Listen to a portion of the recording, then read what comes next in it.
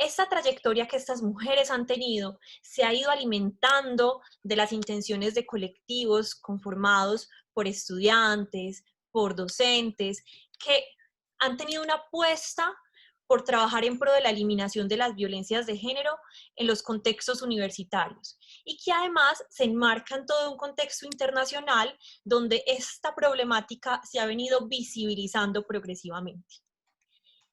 Todo este contexto ha puesto cada vez más de manifiesto la necesidad de que las universidades, de que en los contextos universitarios se pregunten por acciones claras, por formas claras a través de las cuales puedan trabajar en pro de la prevención y la atención de la violencia de género en el contexto universitario, incluyendo para ello procesos, protocolos, políticas demás que permitan la prevención de esta problemática y de la que participen además los diferentes estamentos de la universidad basados en una visión, en un enfoque de género. Es así como nuestras ponentes entonces, que nos acompañan hoy, recogen esta experiencia de trabajo y a partir de ello, pues nos reunimos hoy aquí para conversar en torno a este tema de la prevención y atención de las violencias de género. Presento entonces a cada una de nuestras ponentes, nos acompaña la magíster Catalina Cano Arango, docente investigadora de la Universidad Autónoma Latinoamericana, la magíster Luisa Duque Montalve, docente investigadora de la Universidad de San Buenaventura, la magíster Ángela María Jaramillo Burgos, psicoanalista, jefe del Departamento de Psicoanálisis de la Facultad de Ciencias Sociales y Humanas de la Universidad de Antioquia, y la doctora Sara Fernández Moreno, docente investigadora de la Facultad de Ciencias Sociales y Humanas de la Universidad de Antioquia y feminista. Es para nosotros un placer tenerlas hoy aquí, tener la posibilidad de escucharlas. Creo que es necesario que aprovechemos este espacio. Inicialmente, ¿cómo va a ser la metodología? Vamos a ir conversando y dialogando en torno a una serie de preguntas que iremos desarrollando poco a poco. Le pido al público que nos escucha que puede ir anotándonos por el chat sus comentarios, sus preguntas. También nos interesa escuchar sus reflexiones. Entonces, por el chat voy a estar comprometida para recogerlas y también traerlas a colación durante la intervención de nuestras facilitadoras. Entonces, ya sin más preámbulos, damos inicio. Y para arrancar, hay una primera pregunta que la idea es traer aquí para la conversación y es para todas nuestras facilitadoras, ¿por qué es importante abordar este tema de las violencias de género en las universidades? Sabemos que se han ido visibilizando una serie de situaciones dentro del contexto público y uno podría preguntarse, algunas personas se preguntarían, ¿se trata de una moda o de qué más se trata y por qué es importante que este tema se visibilice? ¿La pregunta dirigida a alguna o cómo es o cómo vamos a proceder? La que desee aportar a esta discusión en torno a esta pregunta, bienvenida. Si quieren, yo doy como la puntadita inicial y luego a partir de ahí, si quieren, vamos tejiendo. La investigación, la intervención y el seguimiento y prevención de las violencias de género en los contextos universitarios no solamente es importante, es un asunto esencial en tanto en lo contemporáneo prevalece el discurso de los derechos y el reconocimiento de los derechos tanto para hombres como para mujeres. Y las universidades se constituyen en un campo de relacionamiento de hombres y mujeres, con una dificultad o con una característica que es inevitable, y es que en los vínculos académicos se replican los vínculos sociales, es decir, las universidades no están exentas de las características desfavorables de los vínculos sociales que se dan en otros espacios como la familia o la escuela. Es decir, en la universidad se reproducen los mismos estereotipos y prejuicios que subyacen a las violencias de género y particularmente a las violencias contra las mujeres, que en este sentido hay una diferencia entre género y mujeres y sería importante establecer que hay una diferencia fundamental. Pero para no perder la idea, acentúo que no se trata solamente de un tema de moda, porque últimamente se ha hablado mucho de esto y es un peligro suponer que el género y la atención a las violencias contra las mujeres es un asunto de moda. Yo diría, es un asunto esencial y coherente con la defensa de los derechos de los seres humanos. Y ahí estamos, tanto los hombres como las mujeres, con todas las diversidades que nos caracterizan. Además, a eso se puede añadir que las violencias contra las mujeres y las violencias de género, uno de los efectos más terribles que suscitan es la inhibición y la desautorización del sujeto, desautorización en lo relativo a su valor, al saber, a sus propias capacidades. Entonces, si la universidad tiene el objetivo de proponer procesos de formación y cualificación profesional, es apenas lógico que cualquier expresión de violencia malogra este objetivo. Entonces, no se trata solamente de un tema que es fundamental porque es coherente con el reconocimiento de los derechos humanos, sino también porque las consecuencias de las violencias malogran los propósitos de formación universitarios. Yo haría como esa puntuación, no sé mis compañeras si tienen, seguramente tienen muchísimo más que decir al respecto. Ángela, si quieres continúo dando lugar pues a ese comentario sobre las consecuencias que tiene para las personas el padecer violencias de género, específicamente pues el acoso sexual, que es una de las violencias de género más prevalentes en las instituciones de educación superior. Diversos estudios en Latinoamérica, en Estados Unidos, en Europa, dan cuenta de unas consecuencias negativas sobre la salud mental de las personas relacionadas con la vivencia, la experiencia de este tipo de situaciones en el ambiente universitario, pero también incluso en el ambiente laboral. Nosotros en la investigación que hemos venido desarrollando desde el año pasado hemos encontrado que las afectaciones se dan principalmente a un nivel de evitación de ciertas personas y lugares en la universidad con los que las estudiantes pues encuentran estas dificultades, estas situaciones de hostigamiento, de asedio, de malestar, y eso tiene una repercusión directa sobre el aprovechamiento que las y los estudiantes tienen de los espacios académicos. Hemos encontrado testimonios de estudiantes que dejan de ir a semilleros, dejan de ir a clases, cancelan clases, no eligen una práctica profesional, no eligen coger una materia, la aplazan y aplazan en el tiempo, generando también repercusiones pues sobre su plan de formación académico, debido a que no se quieren encontrar con esas personas que les generan esas situaciones de incomodidad y daño. Entonces, sin duda, pues estas formas de violencia lo que van a imposibilitar es una educación de oportunidades igualitaria para todos en la universidad. Yo quisiera retomar, me escuchan, ¿cierto? Quisiera retomar esa parte, pues las dos, ¿no?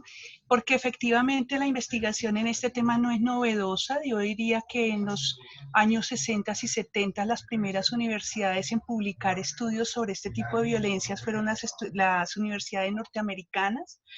Hay un libro excelente que nos sirvió de referente para la investigación que en su momento hicimos en la Universidad de Antioquia del 2000 al 2003, y el libro del Fondo de Cultura Económica, traducido en primeras ediciones a finales de los 70, y se llama Cátedras de la Lujuria.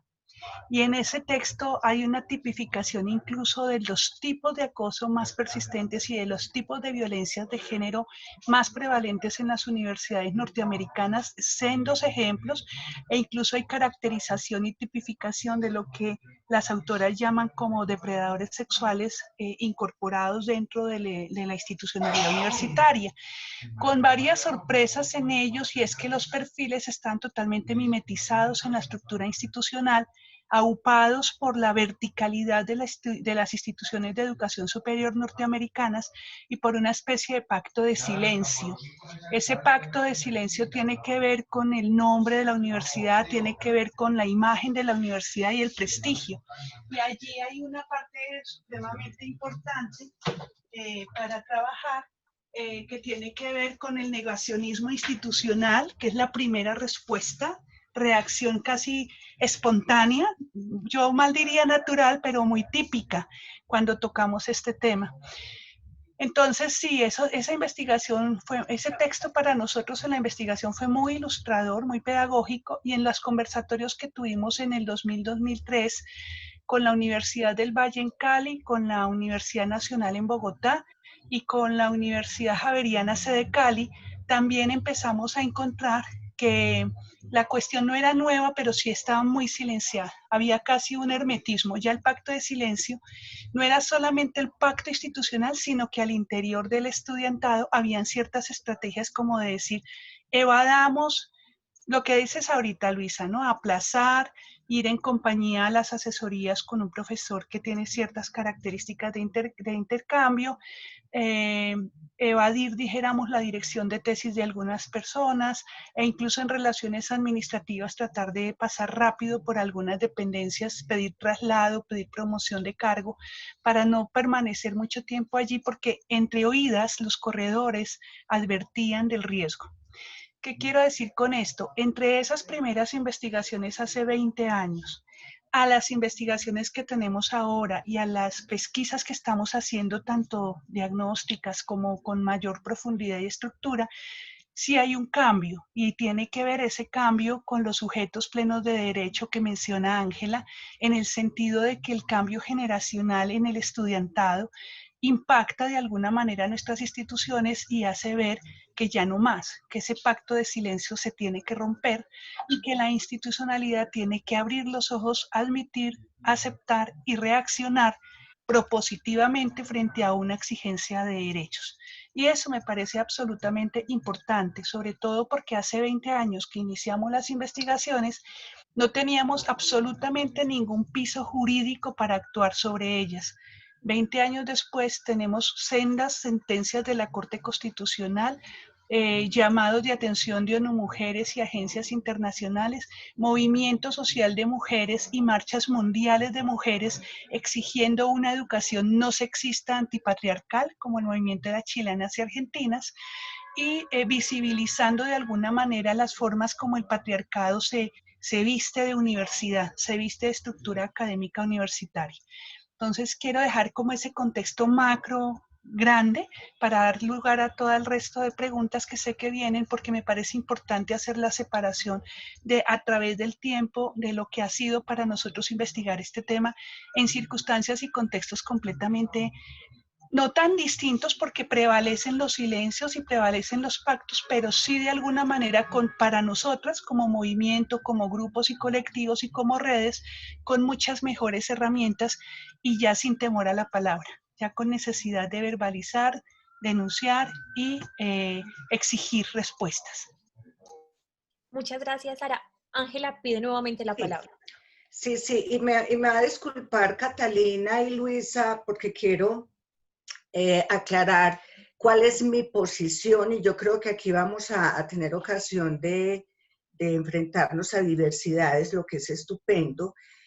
Aprovechando la intervención de Sara, a mí me gustaría evidenciar que existen, entre otras muchas dimensiones, dos posibles maneras de abordar las violencias de género en el contexto particularmente de las universidades. De un lado está toda aquella tendencia que acentúa el contexto discursivo y de derechos y las leyes y las plataformas internacionales que han trabajado en pos de materializar la igualdad y la paridad entre hombres y mujeres. Y ha sido un ámbito muy trabajado, muy cualificado, muy investigado, muy difundido. Sin embargo, a mí siempre me pareció que si la cosa está tan clara y si las leyes existen y los mecanismos están diseñados y todo el mundo parece apropiarse de los derechos, ¿por qué las violencias de género y las violencias contra las mujeres, en lugar de disminuir, se incrementan? ¿Y por qué en lugar de suavizarse, se acentúan y se agudizan? Esa es una pregunta que a mí me condujo a escudriñar una dimensión que no es para nada ajena a las violencias contra las mujeres y son las determinantes íntimas y subjetivas que finalmente se constituyen en el soporte básico de la persistencia de las violencias a pesar de la construcción de leyes que promulgan y que quieren materializar el ideal de la paridad entre hombres y mujeres. Entonces, en los últimos años, 2 o 3 años, se me ha acentuado más la convicción y la certeza, y lo que digo está fundamentado en el trabajo de escucha de mujeres durante muchísimos años. Y es que si no trabajamos la dimensión íntima, la dimensión subjetiva, la dimensión que comporta las mentalidades, las creencias de las que no somos conscientes ni los hombres ni las mujeres, sino escudriñamos también la dimensión inconsciente de la identidad, va a ser muy difícil que las leyes sean suficientes para erradicar o disminuir las violencias contra las mujeres y las violencias de género. Porque en última instancia podemos decir que si hay una característica que ha transversalizado la historia de la humanidad, es la guerra contra lo femenino. Además de las mujeres, es contra lo femenino, es decir, devastar lo femenino, lo que conduce a devastar a las mujeres. Entonces yo insisto en la necesidad de, además de estudiar las leyes y de exaltarlas y de promover la denuncia, es absolutamente indispensable escudriñar la dimensión íntima de que conduce a la dificultad para la apropiación de las leyes, para la apropiación de la certeza de que uno es un sujeto de derechos. Porque si no existe esa certeza, no va a haber ejercicio de la ley, ni va a haber ejercicio de los derechos. Esa era una cosa que quería agregar y muchísimas gracias por la posibilidad de hacerlo. Gracias a ti, Ángela, por tu anotación al respecto. No sé si Catalina desea agregar algo frente a esta pregunta.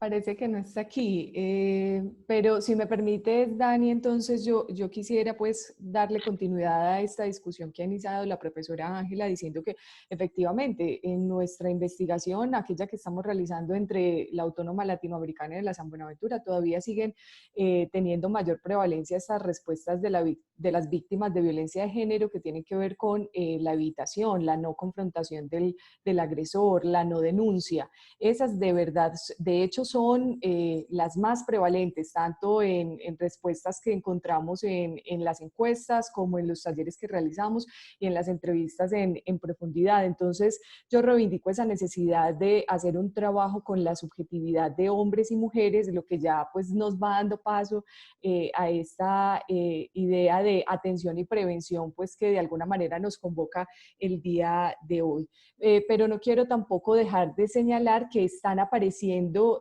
tal vez antes en las universidades públicas, pero ahora con cada vez más fuerza en las universidades privadas, también unas respuestas no meramente individuales, sino ya de acción colectiva de colectivos de estudiantes que se unen en torno, digamos, a estas situaciones y también hacen unas exigencias claras, constantes a las instituciones. El título del webinar de hoy tenía que ver con esas experiencias precisamente de prevención y atención y al respecto pues quiero señalar que todo esto que estamos haciendo aquí tal vez el día de hoy, por lo menos de parte de San Buenaventura y de una aula, inicia es con demandas de los estudiantes, ¿cierto? Específicamente de colectivos de estudiantes feministas que han formado grupos de autoconciencia feminista que no en un espacio individual, pero sí en un espacio grupal generan esa reflexión acerca pues de su subjetividad femenina, de su lugar en esta cultura, etcétera. Entonces, de hecho, es ese impulso colectivo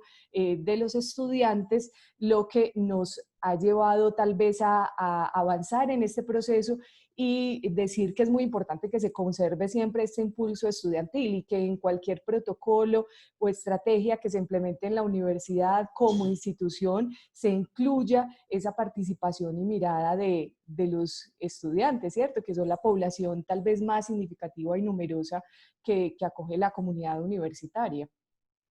Daniela, permíteme completar lo que dice Luisa en dos sentidos, porque la universidad pública, como dices, pues también ha cambiado porque ha crecido, casi se ha triplicado en cobertura en muy poco tiempo, gracias entre otras cosas a las restricciones presupuestales y a estos indicadores de competencia, ¿no? De ampliar cobertura con la misma base profesoral, que es un proceso estructural que es importante mencionarlo aquí. Ya no tenemos los 10.000 estudiantes que teníamos a finales de los 90, ya estamos superando los 30.000, pero fácil.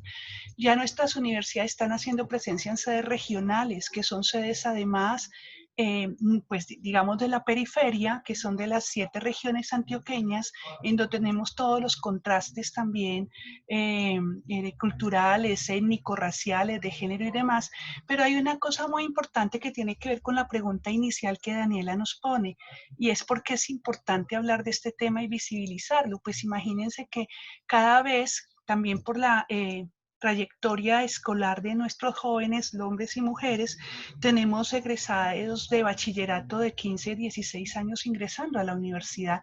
Miren que eso es supremamente importante porque por lo menos en el Departamento de Trabajo Social de la Universidad de Antioquia, el 40% de estudiantes de primer semestre, hombres y mujeres, son menores de edad. Tienen 15, 16 y 17 años. Ahí tenemos otra preocupación porque le cabe a la universidad una responsabilidad adicional en la conformación de esa estructura eh, subjetiva y ese imaginario además frente a la universidad, a la sociedad y el conocimiento al que refiere Ángela, que me parece supremamente importante. Tenemos mucha población menor de edad. Otro componente importante es que el promedio de permanencia de estudiantes en la universidad es de 5 años. No es una cifra nada despreciable, sobre todo si cualitativamente hablando, tal vez de los años más importantes de una persona, más significativos en términos del impacto en su historia de vida, lo que va a narrar en adelante esa persona como ser humano, cómo creció, cómo se desarrolló, y los compromisos misionales de la educación superior tienen todo que ver justamente con la construcción de esa subjetividad a partir de una formación ciudadana, de una formación técnica y de una formación profesional. Por lo tanto, no estamos pensando en las universidades solamente como espacios de adiestramiento y calificación, sino que también estamos pensando en las universidades como el mundo de vida de esas personas en lo cultural, en lo pedagógico, en lo didáctico, en lo interactivo. Ahí se van a conocer amores, a deshacer amores, allí se van a tejer historias que van a ser determinantes para la vida de las personas a corto y a mediano plazo. Por lo tanto, no es menor el compromiso universitario con ánimo de lucro o sin él, como bien hace alusión Luisa, a que esto es un compromiso de universidades tanto públicas como privadas, no desmerecer la labor y el reto que tienen frente a ese compromiso y frente a generaciones cada vez más demandantes, con mayores preguntas y también con más necesidad de ambientes de aprendizaje desprovistos de todo tipo de ejercicio de agresión, discriminación, exclusión, maltrato o violencia. Muchas gracias. Gracias a ti, Sara. Tenemos entonces que esa importancia de trabajar estos temas, de generar escenarios de prevención y de atención a las violencias de género, delinea la responsabilidad que tienen las universidades de asumir este tema dentro de sus agendas y de trabajarlo. Porque está en juego, pues o está en medio, la dignidad, los propósitos mismos de la formación a nivel de educación superior, la garantía de derechos, la posibilidad de construir una sociedad realmente igualitaria, equitativa en temas de género, y sabemos que es un tema que si bien tiene una necesidad de unos logros en términos jurídicos y normativos, no basta con esos logros, sino que es necesario también generar unos procesos de transformación subjetiva y cultural. Retomaría pues como esto de la discusión, ya reconociendo esta pertinencia, esta importancia y esta necesidad delineada de las universidades, y también reconociendo, como ahorita decía Sara, que el fenómeno de que esta problemática ha venido cambiando en el tiempo, ¿cierto? Que tal vez antes había un escenario de mayor silenciamiento, de mayor pacto de silencio, que poco a poco hay una visibilización, a pesar de que todavía hay muchísimas situaciones que permanecen calladas y normalizadas. Sin embargo, se ha venido transformando, y reconociendo esas transformaciones, nos preguntamos por cuáles son esas principales formas de violencia de género que se están viviendo en nuestros contextos universitarios. Podríamos decir que cuáles son hoy o cuáles han venido siendo, y cómo y por qué se producen estas formas de violencia de género en los contextos universitarios. Sería la siguiente pregunta.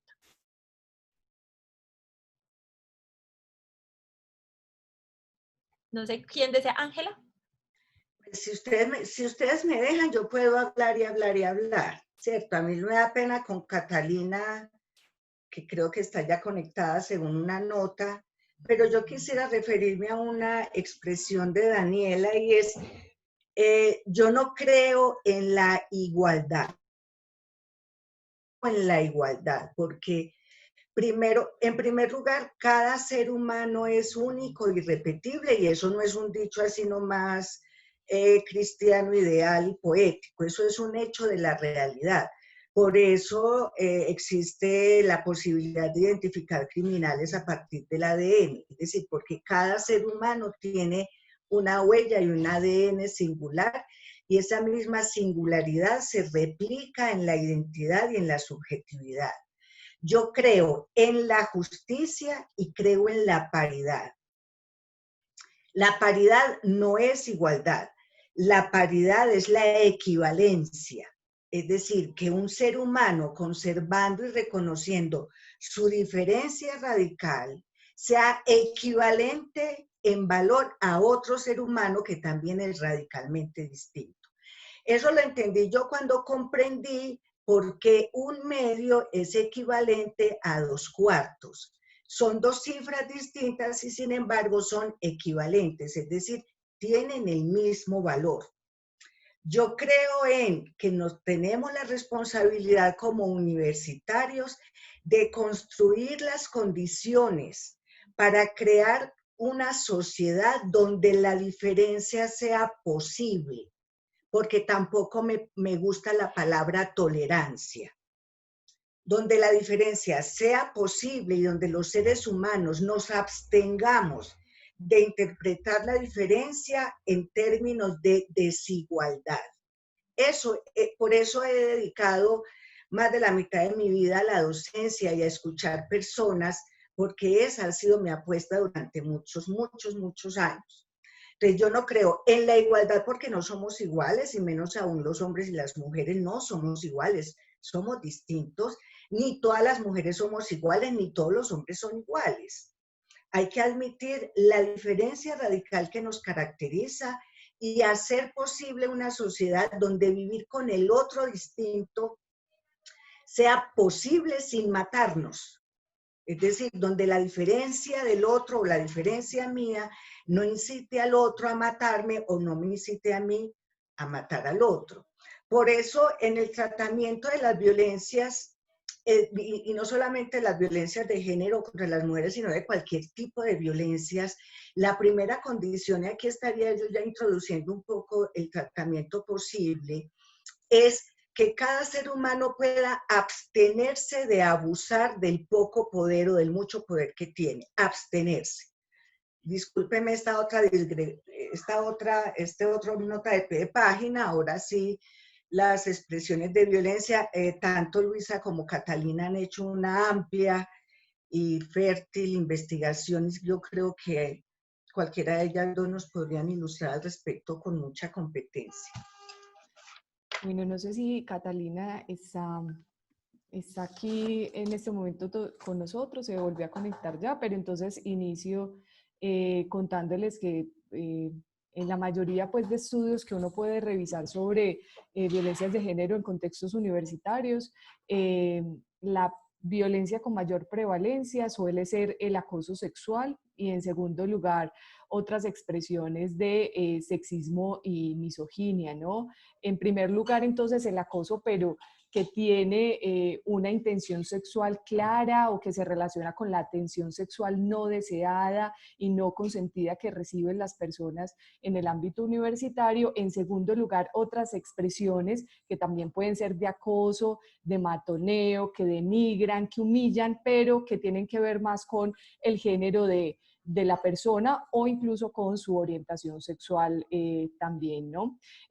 Allá aparece en tercer lugar la homofobia, expresiones de homofobia en la universidad y recientemente, eso pues me llamó mucho la atención, se ha encontrado que se están incrementando también los índices de violencia de pareja física entre estudiantes universitarios. De hecho, eso es un hallazgo pues interesante las estadísticas que ha recogido la Universidad Nacional de Colombia desde la implementación de su protocolo, ¿no? Y es que hay unos niveles altísimos de violencia entre las parejas, violencia que llega a la agresión física entre los mismos estudiantes, y eso también nos va como liberando de un cierto mito, de una cierta creencia que tenemos en que las únicas formas pues, de violencia de género en la universidad son las que ocurren en términos del acoso sexual de profesores hacia estudiantes. No, el asunto no pasa necesariamente por esa jerarquía académica, sino que tiene que ver precisamente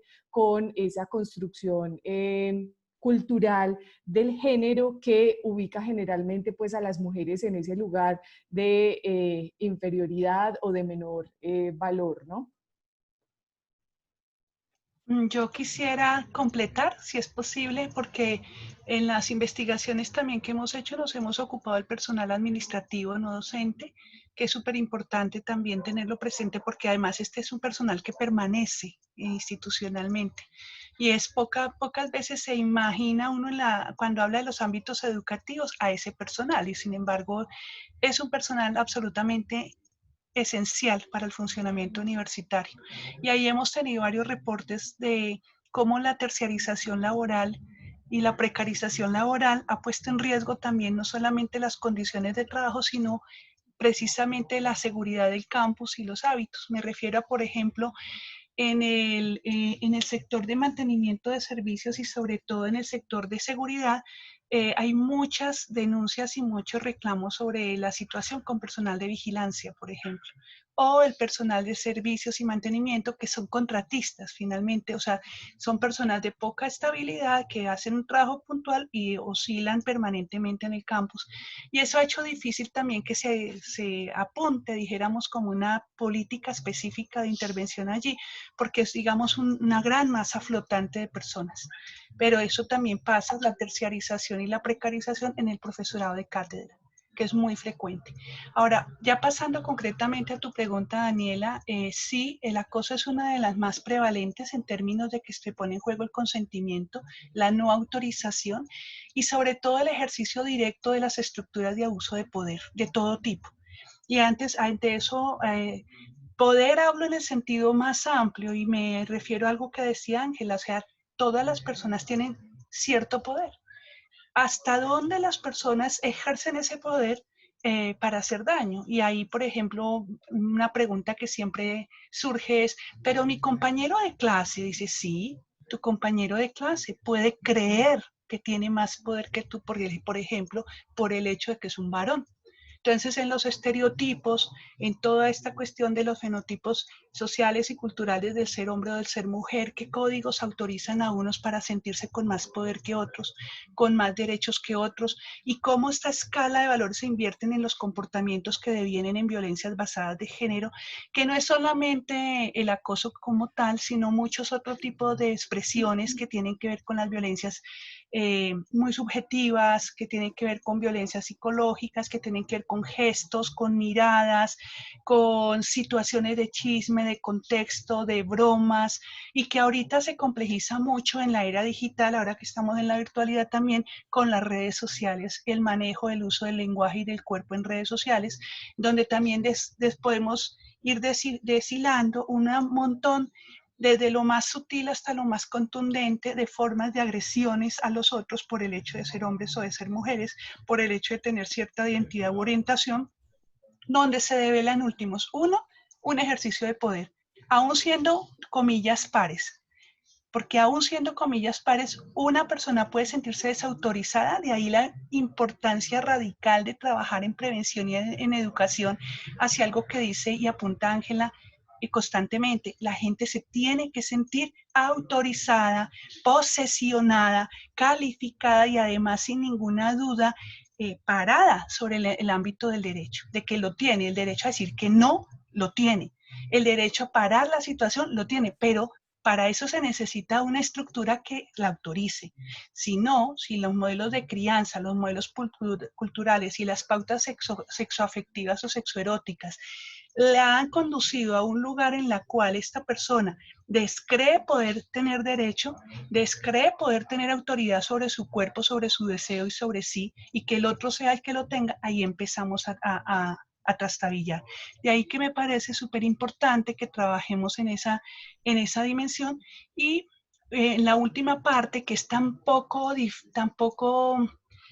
explorada, pero y además es difícil de trabajar, que son esas violencias simbólicas, que son esas violencias que pasaran aparentemente desapercibidas, pero que están muy normalizadas en el discurso universitario, como por ejemplo el sexismo en el aula, como por ejemplo los ejemplos de la clase, valga la redundancia, la valoración que se le dan a las personas sujetos de los ejemplos, a quienes calificamos en qué términos, cómo nos referimos a las y los estudiantes en el aula de clase para que den respuesta a las preguntas o a las dinámicas de clase, cómo los ejemplos de clase potencian, dijéramos, la discriminación, la exclusión, el racismo, el clasismo, que también son formas de violencias basadas en género y que terminan aminorando, amilanando esa capacidad de resolución de las personas y esa posesión cierta, plena, de la seguridad de tener derechos. Perfecto. Sé que en este momento Catalina está teniendo problemas de conectividad y con el micrófono, entonces si ella me transmite algo lo estaré poniendo en este espacio. Ángela pide la palabra. Sí, mira, cada que hablamos de este tema a mí siempre me asalta una preocupación y es que las cosas se nos queden en las palabras. Por eso insisto en la pregunta de qué podemos hacer a partir de lo que sabemos.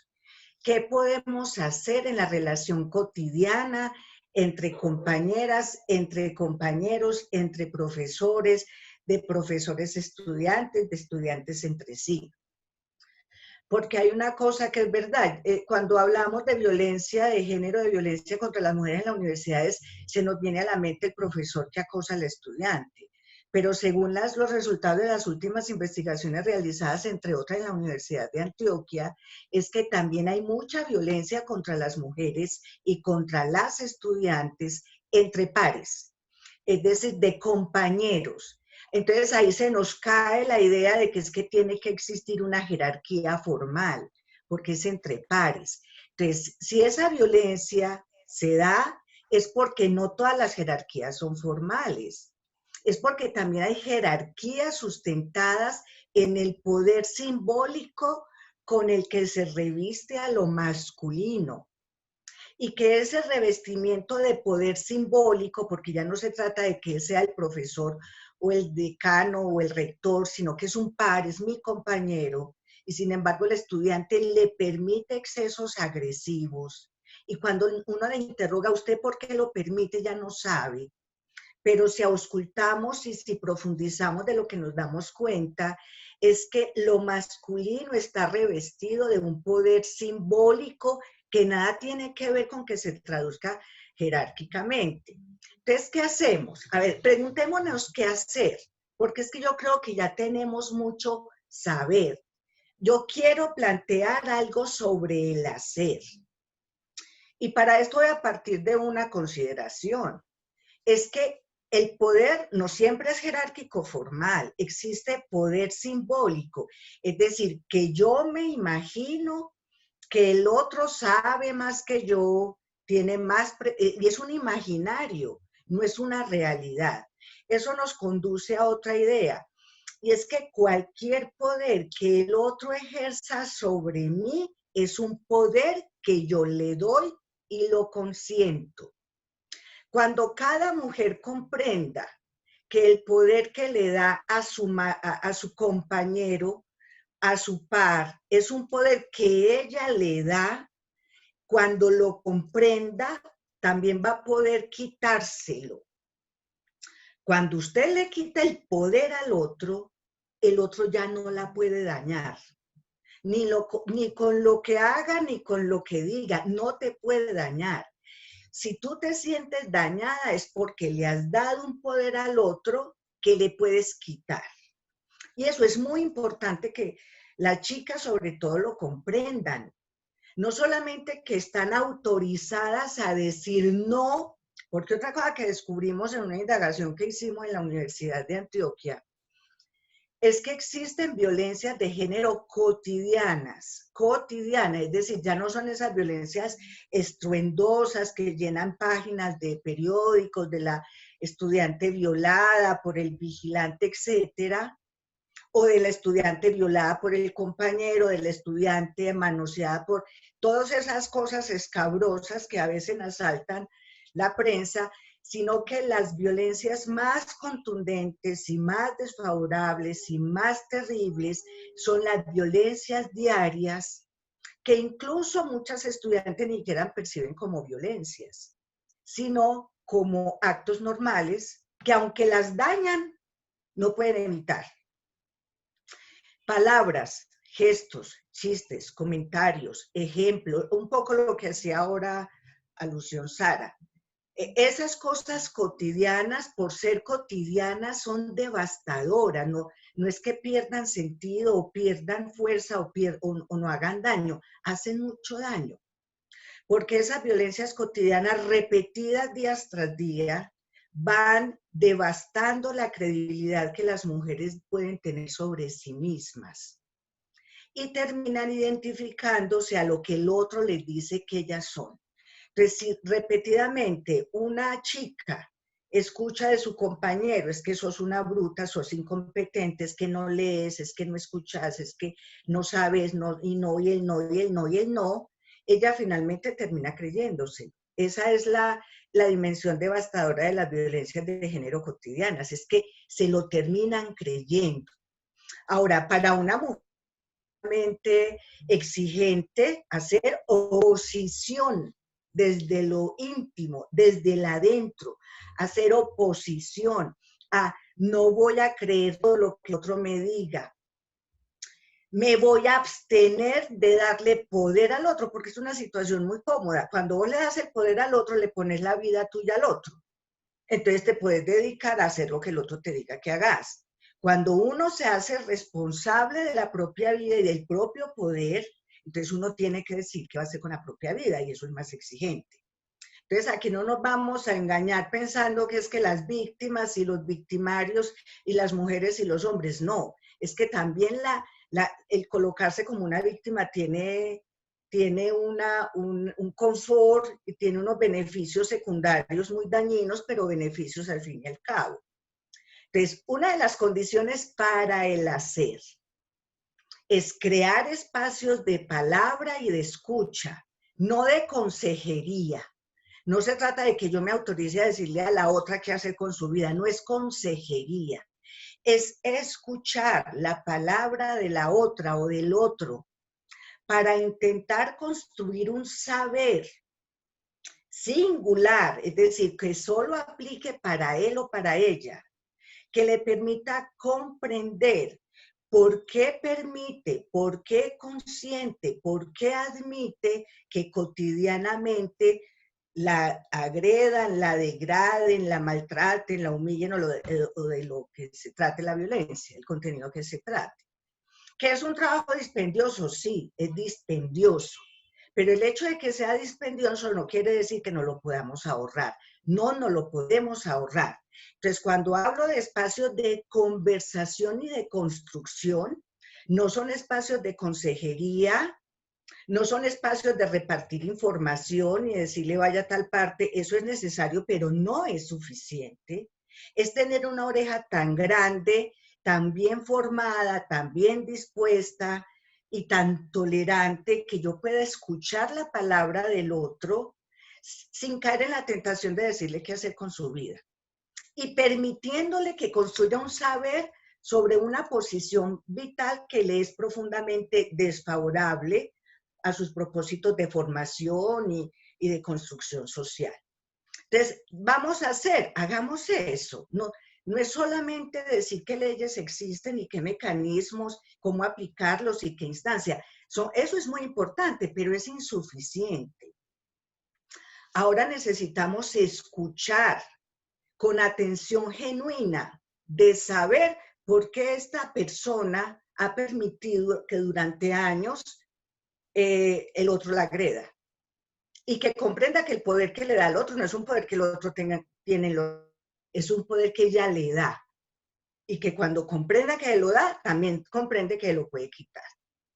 Eso era lo que quería expresar.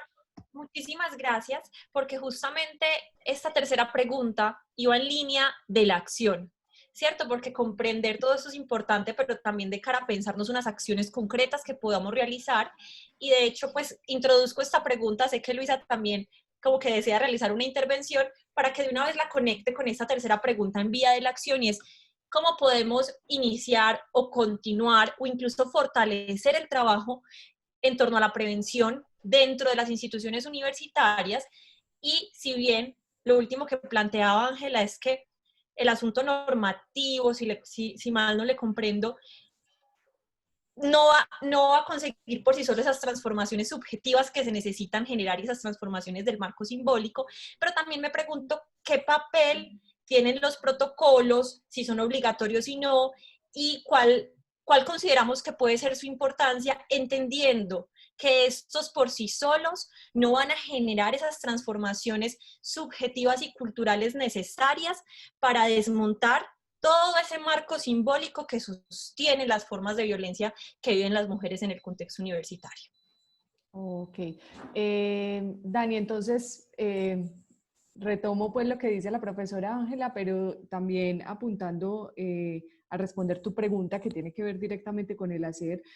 Yo reivindico lo que ha dicho la profesora Ángela alrededor de la escucha, pero añado que no tiene que ser siempre una escucha que se da en el contexto del consultorio del psicólogo de la universidad, ¿cierto? De bienestar universitario, de una psicoterapia individual, sino que incluso considero que hay unas experiencias muy exitosas a nivel de esos diálogos y reflexiones que se realizan con los grupos de estudiantes, por la experiencia que hemos vivido en la misma investigación. Nosotros decidimos utilizar técnicas cualitativas de generación de datos y realizamos talleres reflexivos con los estudiantes, y en estos talleres no llegábamos a decirle, vea, esto es el acoso, ¿cierto? Esta es la definición, cuando usted esté siendo acosado vaya a tal oficina. No, por el contrario, se trataba de generar unos estímulos que permitieran a las personas hablar de esas vivencias de la vida cotidiana, de sus experiencias en la universidad, de cómo los tratan los compañeros, las compañeras, de qué vivencia han tenido en la cafetería, ¿cierto? En el ascensor, nos contaron muchas situaciones pues cotidianas, y en ese diálogo uno logra notar que hay una puesta en palabra de esas situaciones que incomodan, que muchas veces se dejan en el silencio, y una posibilidad también entonces de transformar la norma social, ¿cierto? En psicología social creemos que la norma pues no es simplemente aquella que está explícita en los códigos, en las leyes, en el manual de convivencia, en el reglamento estudiantil, sino que la norma social se refiere a lo que en una situación social específica está permitido, no está permitido, es aceptable o no es aceptable. Yo pude ver cómo muchos estudiantes en el marco de ese diálogo empezaban a cuestionarse sus ideas acerca de lo que era aceptable. Y me sorprendió mucho que al final de esos talleres no solo se nos acercaban estudiantes mujeres para contarme, vea, a mí me pasó esto, cómo me ayudan, quién me atiende, ante quién pongo la queja. No, se nos acercaron muchas veces estudiantes que se preguntaban, ve, ¿será que yo estoy haciendo esto mal? ¿Cierto? Les generaba algo de preocupación esas prácticas sexuales que tienen, esas prácticas sobre todo alrededor del consentimiento sexual, ese acercamiento seductor o coqueto que se vuelve insistente y molesto para el otro. Entonces eran espacios de diálogo entre los mismos estudiantes que posibilitaban generarse esas preguntas sobre la propia acción, sobre la propia praxis. Entonces creo que abrir esos espacios en la universidad también es fundamental, ¿no? Yo creo en la importancia de los protocolos, no son la panacea ni nada por el estilo, pero al menos, digamos, establecen unas políticas básicas en la universidad que pueden servir incluso para desanimar a las personas que realizan conductas de violencia de género y conductas de acoso específicamente. Pues hay unos depredadores sexuales que ningún protocolo los va a parar, ¿sí? Pero en las investigaciones también se ha descubierto que hay básicamente 3 categorías de personas que pueden acosar. Hay algunas personas, bueno, que literalmente nunca van a acosar a otras sexualmente ni de otro tipo. Hay personas que acosan cuando hay ciertas condiciones contextuales que se los facilita, que los habilitan para ello, que los animan a hacerlo porque está permitido, porque todos lo hacen, porque es posible. Y hay personas que solo lo hacen pues cuando hay una completa permisividad cultural y social en esos espacios. Un protocolo mínimamente va a establecer una institución, qué comportamientos se consideran indeseables para la convivencia entre los miembros de la comunidad. Va a animar, de esto también hay evidencia, va a animar a las personas a que no se queden calladas frente a estas situaciones, estimula la denuncia no siempre lleva a un buen término o no siempre la persona que denuncia consigue lo que buscaba con esa denuncia, pero al menos pues permite salir de ese silencio, de ese estado de complicidad que muchas veces se crea en las universidades y del que nos ha hablado pues tanto ya la profesora Sara, ¿no? Y también si un protocolo está bien construido, implica que las personas que lo gestionan estén capacitadas para hacer una atención mínimamente diligente y respetuosa de aquellos que se acercan a la activación de una ruta. Lo digo porque es que hemos escuchado unas experiencias desastrosas de revictimización, de que llega, por ejemplo, una estudiante con un claro caso de acoso sexual y lo que le dicen es, no, es que estás exagerando y malinterpretando el asunto, es que él te está conquistando de una manera muy tradicional, o sea, casi que le dicen al estudiante que el otro la acosa porque es muy caballeroso, bueno, o porque está pegado a una tradición, pues, que legitimaba esa invasión, ¿no? Entonces, de pronto los protocolos y su correcta pues aplicación nos van a ayudar a que por lo menos haya unos mínimos estándares en esa atención diligente a quienes requieren activarlos, ¿no? Hasta ahí pues mi intervención. Ya que Viviana se encuentra con sus dificultades de internet al momento resueltas, Viviana, queremos contar con tu intervención también. Bueno, a mí me parece muy importante varias cosas. Existen varias dudas respecto de si los protocolos son o no son obligatorios. Y acá hay como una posición dividida en el sentido de que las instituciones pareciera ser que siempre necesitan una norma de carácter vinculante dirigida a las instituciones en específico. Entonces, lo claro es que si uno hace una interpretación de los lineamientos del Ministerio de Educación Superior, la cartilla producida en el año 2013, después en el año 2018, pero además de esto, de toda la producción normativa de la Ley 1257, de los estándares internacionales, indefectiblemente los protocolos son obligatorios para todas las instituciones, tanto públicas como privadas. Y nosotras nos hemos encontrado varias preguntas respecto de las instituciones privadas. Ustedes saben que nosotros tenemos muchísimas instituciones privadas o de carácter mixto, corporaciones, ¿cierto?, que creen que estas normas no los cobijan, olvidando que al tratarse de la educación como un derecho de carácter fundamental y un servicio, es decir, teniendo ese doble carácter, los obliga y le obliga también a la entidad pública a estar atenta respecto del cumplimiento de la elaboración de los protocolos.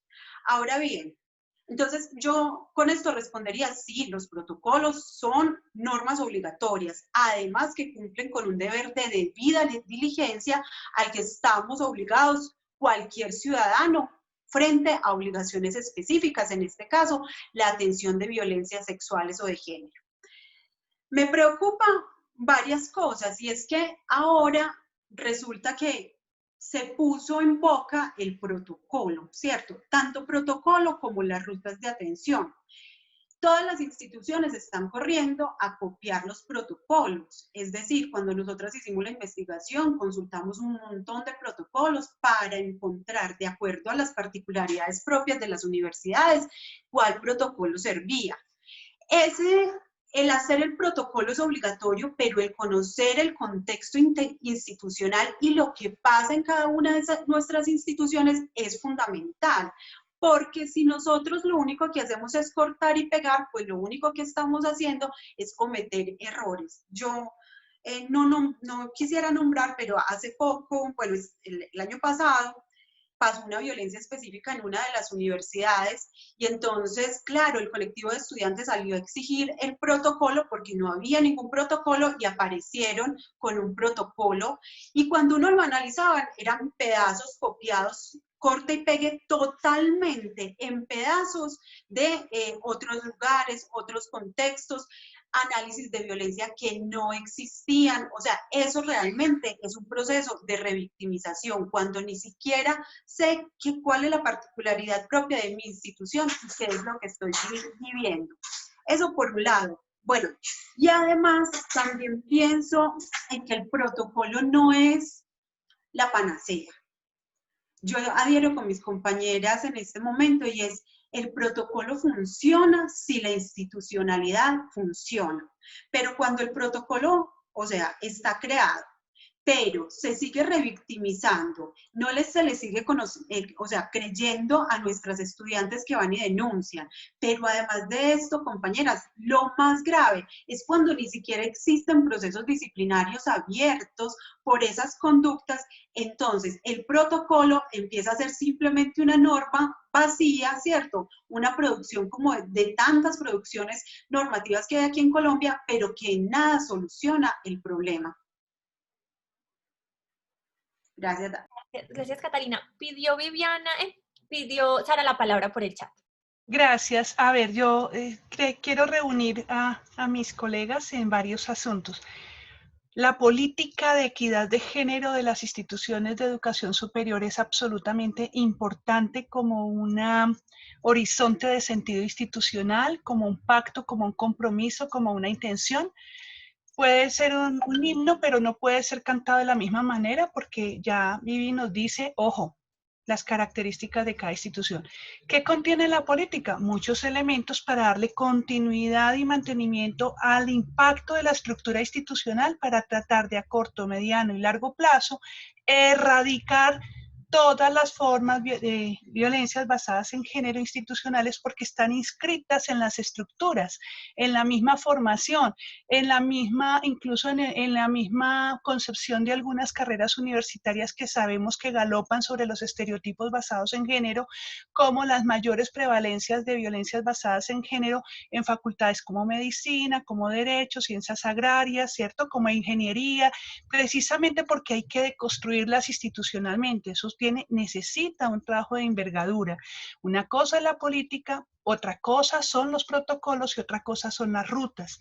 Y como hemos enfatizado en la Red Nacional de Equidad de Género en la Educación Superior y con los colectivos, no puede ser una lista de chequeo para uno estar chuleando los indicadores. ¿La tengo? Sí, la tengo. ¿Cómo es? No me importa, pero la tengo. Chan. No, no se trata de eso. Y creo que eso necesita un trabajo multinivel. Primero, un trabajo articulado con los estamentos universitarios, con todos los estamentos universitarios, reitero, no somos solamente profesorado y estudiantado, el personal administrativo es absolutamente importante. Entonces, ese diálogo tiene que ser permanente. Segundo, tener en cuenta además que las violencias basadas de género no todas son delito. No todas son penalizadas, a no todas les cabe una instancia judicial o penal. Por lo tanto, del 95% de las formas, tipos y conductas que podían ser consideradas violencias basadas de género, nos tenemos que hacer cargo en las comunidades universitarias. ¿Y podemos tramitarlo? Sí. La forma es que no lo vamos a poder tramitar judicializando todos los comportamientos, ni haciéndolo ruta psicosocial obligatoria, ni haciéndolo ruta sociojurídica obligatoria, porque hay un antes. Hay un antes, un previo, y ahí me refiero al hacer. Ese antes previo es saber qué está pasando, identificar exactamente qué es lo que me está molestando, qué es lo que me está impidiendo sentirme bien y plenamente en desarrollo de mis habilidades, capacidades y en goce efectivo de mis derechos, porque algo está pasando acá. Entonces me voy antes. Ahora, es importante que recordemos que somos instituciones de educación superior y tenemos limitaciones y tenemos restricciones. Tanto la ley nos marca esas restricciones como la esencia misma de la institución de educación, que es formadora. Entonces, no esperamos que haya un proceso de intervención ni clínica, porque además no es todo clínico, ni tampoco, digamos, de remisión. Ah, sí, usted está aquí, lo remitimos. No, nosotros no solamente debemos remitirnos a remisión.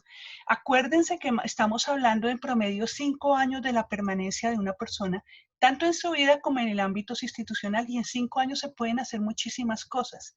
Se puede hacer un trabajo educativo, se puede hacer un trabajo didáctico, se puede hacer un trabajo pedagógico, manteniendo permanentemente los círculos de conversación, manteniendo permanentemente la visibilización de las situaciones de las cuales debemos alertar, manteniendo permanentemente la visibilización de algunas prioridades que son características de cada unidad académica, que no son las mismas.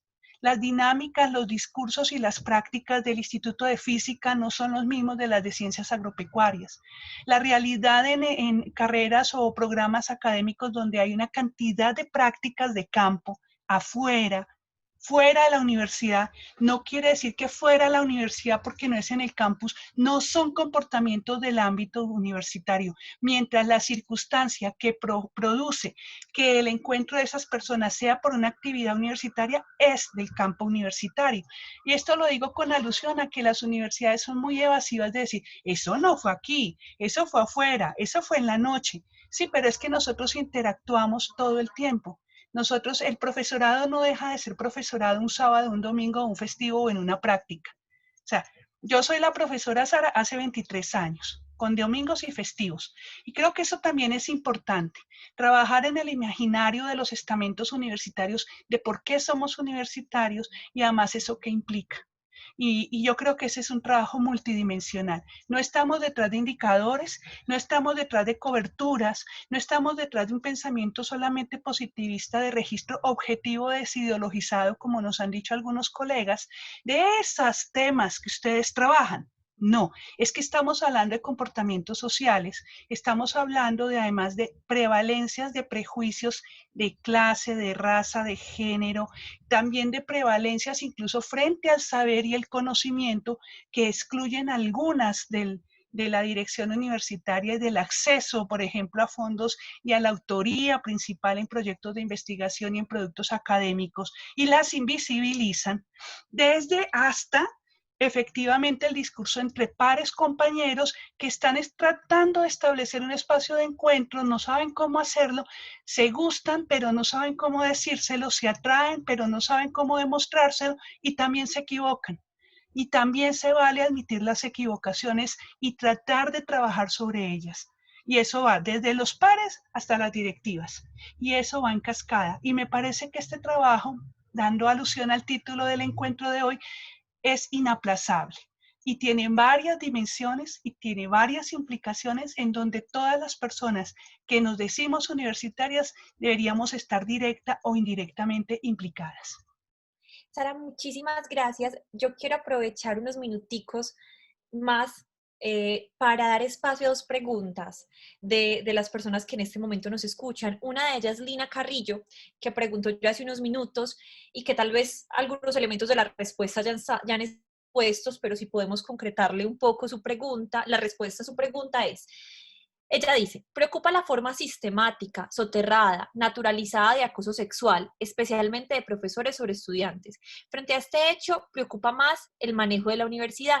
¿Qué debemos hacer? ¿Cuál es la perspectiva? Como digo, tal vez hay unos elementos que ya han sido delineados, pero sí podemos puntualizar otros. Y Holly quiere realizar una pregunta a través del micrófono. Entonces, Holly, tienes la palabra. Sí, bueno, muy buenas tardes. Muchas gracias por el espacio y las invitadas con las cuales hemos podido orientar unas ideas. Quiero situarme con respecto a esta última parte donde explorar el hacer es vital, dando cuenta que mucho ya de este fenómeno se conoce y cada vez va develándose. Pensaba en la línea de tiempo y en la línea de formación que nosotros tenemos desde la básica. Transitamos de la básica a la secundaria, de la secundaria al espacio universitario, y me hacía la pregunta cómo las experiencias entonces en este trabajo desde la universidad puede posibilitar los amarres con los trabajos que se vienen haciendo desde la promoción de sujetos de derecho, que cada vez se intenta ser mucho más claro en la básica y en la secundaria, ¿sí? Estos procesos de autonomía que viven los jóvenes, adolescentes, en estos espacios del colegio. y cuando pasan a la universidad pareciera que tuviéramos rupturas de ese proceso que se podría venir haciendo desde esos espacios iniciales de formación. La universidad, hemos tenido ejemplos en muchas de ellas, cómo abren los espacios en un primer semestre para que estudiantes de 11 ingresen a semilleros, ingresen a cursos de primer semestre desde el tono académico. ¿Sí?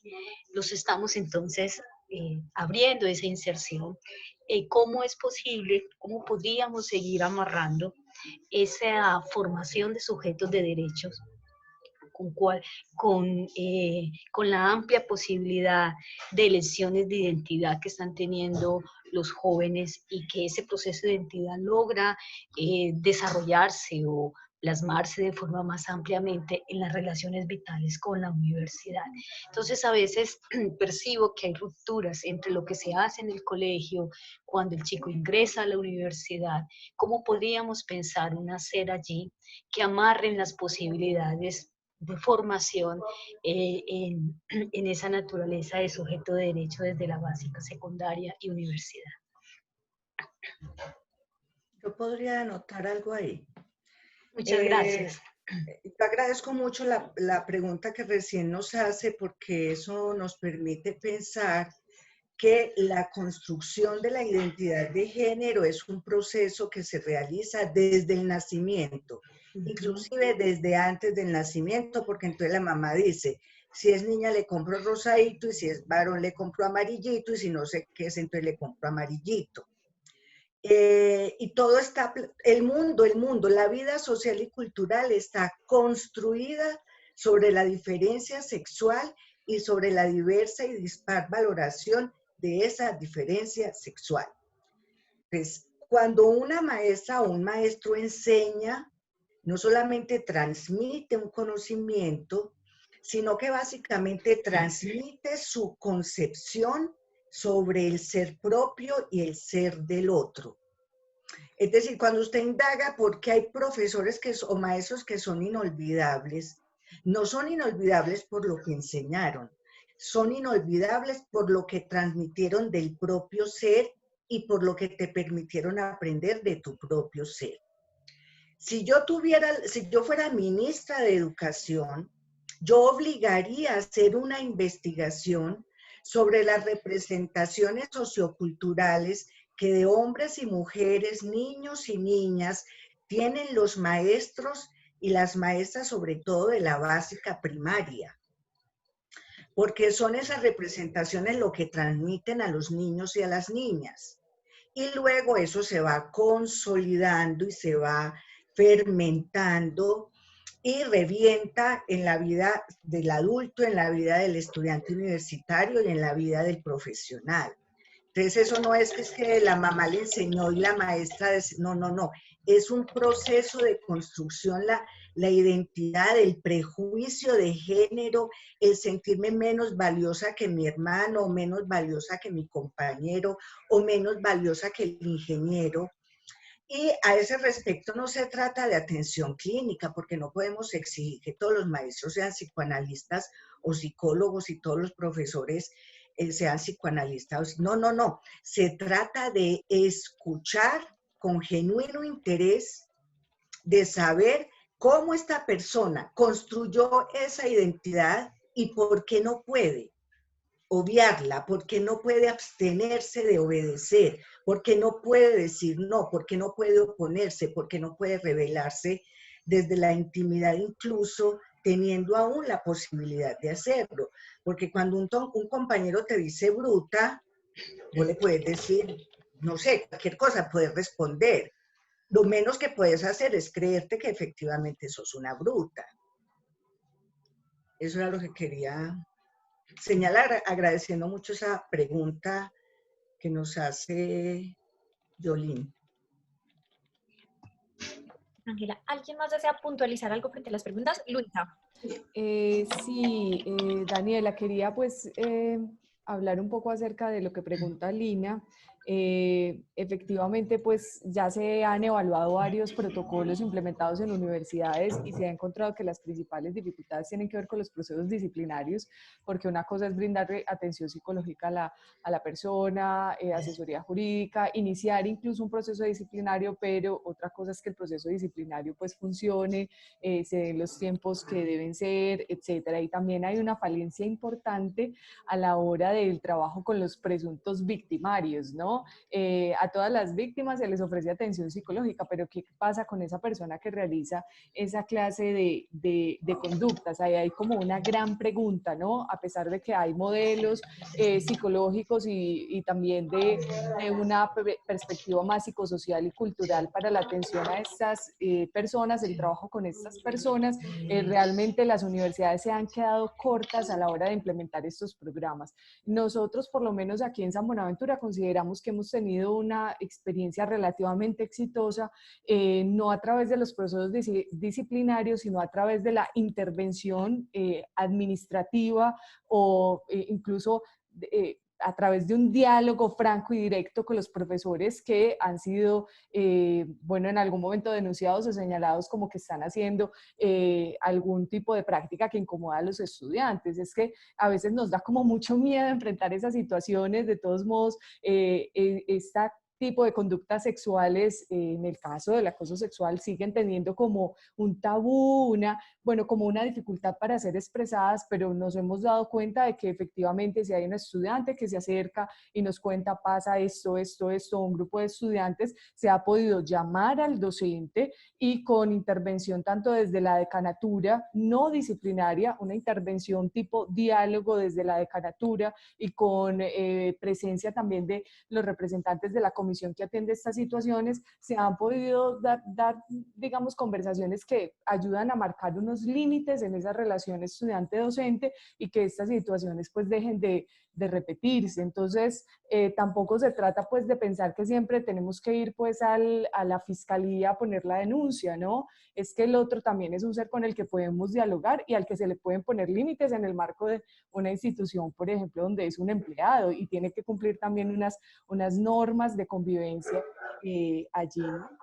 Y frente a lo que dice Holly, simplemente señalar que hay un gran avance en las instituciones, creo yo, de básica y media con este sistema integral de convivencia escolar que incluye todas estas violaciones a los derechos sexuales y reproductivos como situaciones de violencia tipo 1, tipo 2.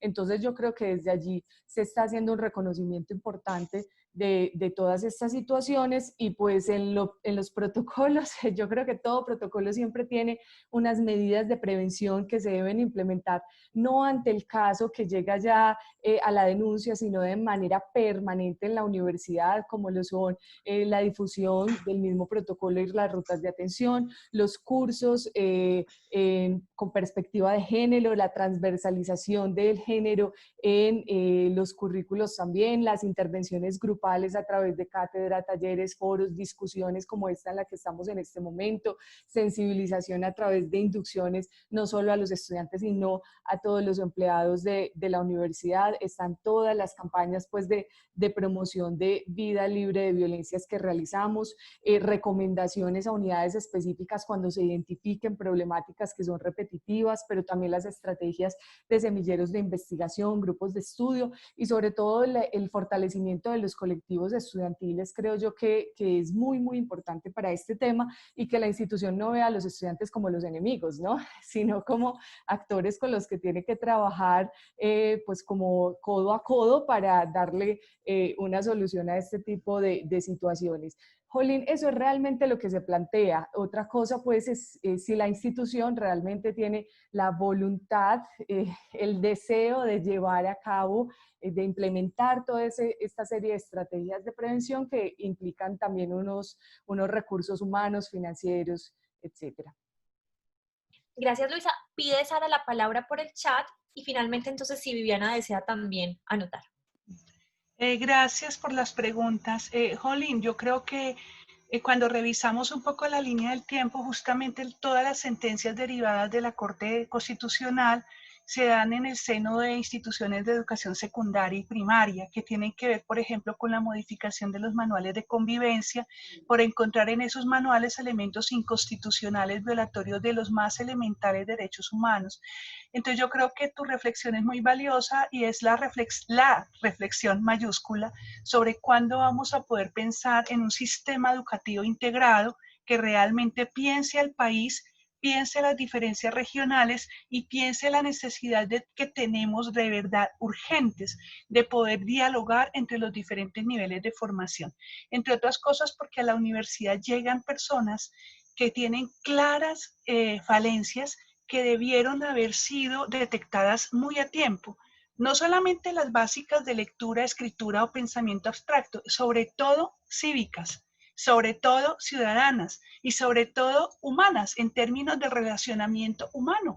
Vemos incluso estructuras intocadas y me refiero, por ejemplo, en ello no solo a estudiantes sino también a los otros estamentos, porque en algunos sondeos de opinión en los cursos que hemos hecho de violencias de género que son optativos y en los cuales recabamos trabajo de campo, dijéramos, hemos podido incursionar y detectar, por ejemplo, profesores que están absolutamente convencidos que les asiste el derecho de tener sus fobias, de tener sus creencias y de tener además públicamente sus posiciones frente a la homosexualidad o frente a la diversidad sexual X, ¿no? Incluso tuvimos registros de profesores que desde el primer día de clase decían yo soy misógino, homofóbico y qué. Entonces yo creo que tiene que haber algo, ¿no?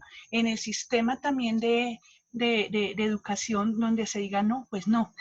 O sea, eso es de tu fuero personal y de tu fuero íntimo, pero de ninguna manera pudiéramos aceptar, dijéramos, una postura homofóbica, misógina, discriminatoria, para impartir la educación como un derecho, como un servicio, prestar el servicio a la educación y garantizar el derecho.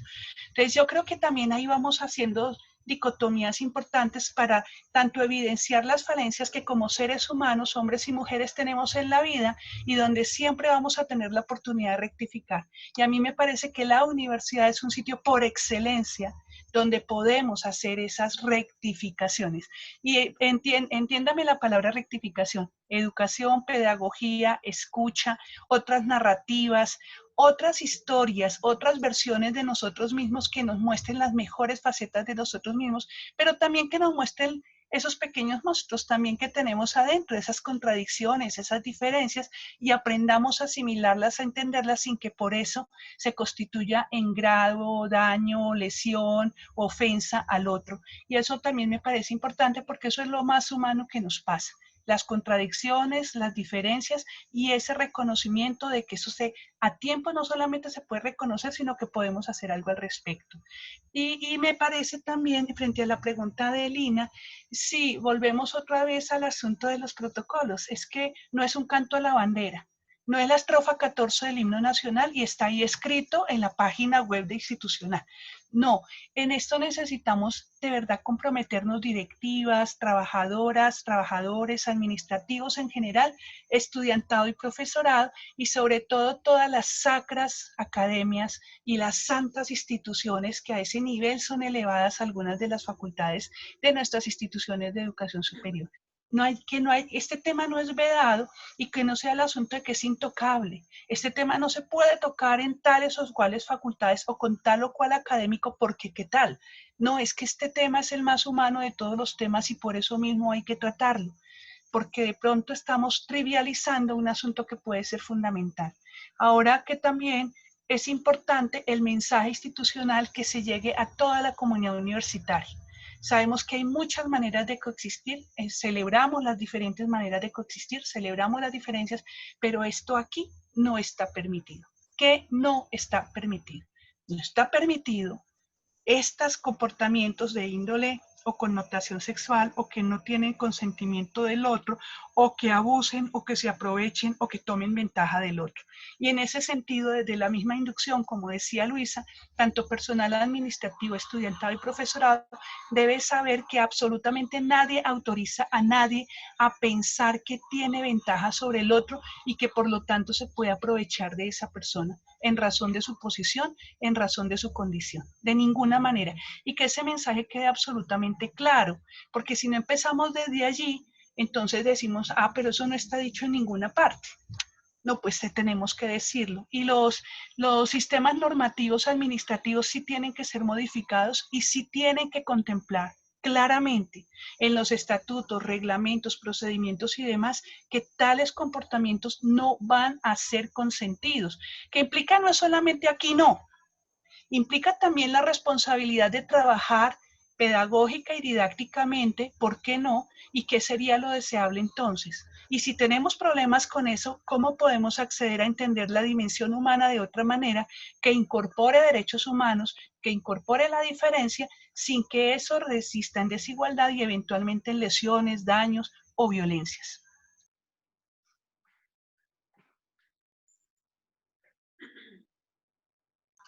Gracias. Gracias a ti, Sara. Vamos entonces con Catalina.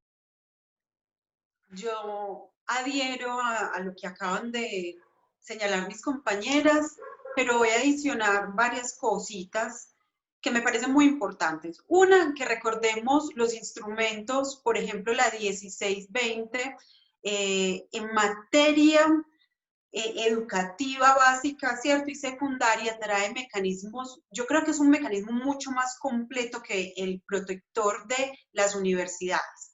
Y allí no solamente están los comités de convivencia escolar, que ojo, en muchas instituciones está implementado, pero no tienen perspectiva de género y es necesario que esos comités tengan perspectiva de género, que se converse con digamos, distintas acciones que le permitan al ámbito educativo en la escuela hablar de género. Pero quiero referirme a un mecanismo especial que trae la 1620 que no se ha pensado en los protocolos, o al menos en los protocolos de las universidades, o al menos tiene muchísimas discusiones. Y es que la 1620 trae mecanismos que es la mediación, donde se permite que cuando hay ciertos hechos se logre un mecanismo de mediación escolar que, como todas lo conocen, o sea, como lo sabemos, la mediación en esencia es un mecanismo dialogado de construcción de, digamos, de soluciones, de entender al otro, ponerme en el lugar del otro, es justicia restaurativa. Es decir, no es esta justicia punitiva de el agresor lo voy a llevar a que tenga una sanción disciplinaria, sino que vamos a mirar cómo podemos transformar esta realidad específica. Realmente para mí ese mecanismo de la mediación es un mecanismo que va a permitir la transformación si se utilizara bien en el marco educativo de las escuelas. Lastimosamente, a este mecanismo le hace falta la perspectiva de género, es decir, no hemos hablado de estos temas en la escuela. Yo que sí quería nombrar dos cosas. Una es señalarles que a nivel legislativo ya hay una propuesta que nos enteramos hace poco, donde va a ser obligatoria, digamos, la enseñanza de la perspectiva de género desde los niveles básicos. Pero además, que me parece también muy interesante nombrar, es como lo que decía Jolene, tenemos que advertirlo. Miren, en uno de los talleres que nosotras hicimos, uno de los alumnos señaló, yo toda la escuela, todo el bachillerato me sentía muy incómodo porque mi profesor de matemáticas me tocaba la oreja dando clase y era haciéndome así, profe. Entonces él me vino y me hizo pues como lo que el otro le hacía. Y yo le decía, ¿cómo así que te tocaba así la oreja? Me dijo, sí, él dictaba toda la clase haciéndome así, me tocaba y me tocaba. Y yo nunca dije nada porque pues si decía algo pensaba que era yo el que estaba diciéndole más, o sea que eso no se debía. Ya cuando llegamos a la universidad le decimos a este chico, ojo con eso, vamos a advertir estas conductas, o a la chica, y vienen y dicen, ah, es que en la escuela me lo hacían, en el bachillerato eso estaba normalizado. Es decir, ¿cómo así que esto se configura en una violencia, ¿cierto? O cómo así que ese tocamiento no era adecuado, pero a mí me lo venían haciendo desde el colegio. Entonces yo creo que en esa riqueza del escucharnos, del saber lo que pasa con nuestros estudiantes, es que vamos a encontrar esos mecanismos que tenemos que implementar desde la secundaria, el bachillerato y ahora en la universidad. Bueno, sé que de este espacio derivan otras preguntas, otros puntos para profundizar y creo que esta es la idea, seguir poniendo este tema dentro del debate y la discusión para generar otros horizontes reflexivos, pero en esta ocasión pues quiero agradecer muchísimo la participación, la intervención, cómo se da una riqueza de perspectivas también dentro de las preguntas que hoy teníamos formuladas y les agradezco entonces a quienes permanecieron conectados y conectadas hasta el momento, también a nuestras facilitadoras por el aporte tan valioso y tan significativo que nos realizan y esperamos entonces poder seguir generando estos espacios, invitarlas e invitarlos para que nos acompañen y nos apoyen. Ah, bueno, hay una sola pregunta final. Pregunta Natalia que cómo puede acceder al video, que yo sé que está grabando.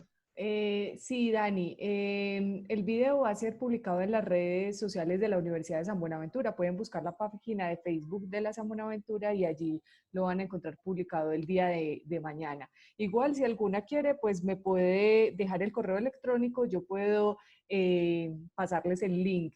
Si lo prefieren así, me lo pueden poner en chat en privado a Luisa Duque o en público, pues si no les incomoda. Perfecto. De nuevo extender la gratitud por el espacio y esperar que tengan entonces una feliz noche y que se vayan pensando y cavilando sobre estos temas aquí trabajados. Muchas gracias a ustedes por la invitación y espero que esto sea un motivo para reflexiones y ojalá transformaciones de las posiciones cotidianas. Muchas gracias. Muchas gracias, Ángela, también. Daniela, muchas gracias. Luisa, Vivi, siempre aprendemos. Ángela, me encanta escucharnos y estar siempre pensando en este tema que sé que nos desvela y que ahí poquito a poquito vamos encontrando vías para permear un poquito más a la gente y también estar y mantenernos convencidas de esta ruta. Muchas gracias, muy amables. Pero yo no me dejo desvelar, no se dejen desvelar, disfruten, hay que pensar y hay que De promover acuerdo. buenas prácticas, pero por favor no se desvelen ni se desgasten, y menos aún en un contexto tan exigente como en el que nos encontramos. Un abrazo a todas, Sara, un abrazo para ti, para Luisa, para Daniela, que nos facilitó tanto este espacio. Un abrazo para todas. Igualmente. Muchas gracias. Lo mismo, Gracias, muchas abrazos. gracias. Y a todos Cuando quieran, con el mayor de los gustos estamos ahí, muy amables. Muchas Muchas gracias. gracias a todos. Chao. Un abrazo. Chao. Que estés muy bien. Dani, muchísimas gracias. Gracias a ti por la invitación y por todo, muy, muy, muy genial.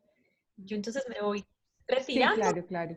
Dale, yo me Gracias, quedo hasta Dani. allá. Se voló el tiempo, qué cosa. Sí.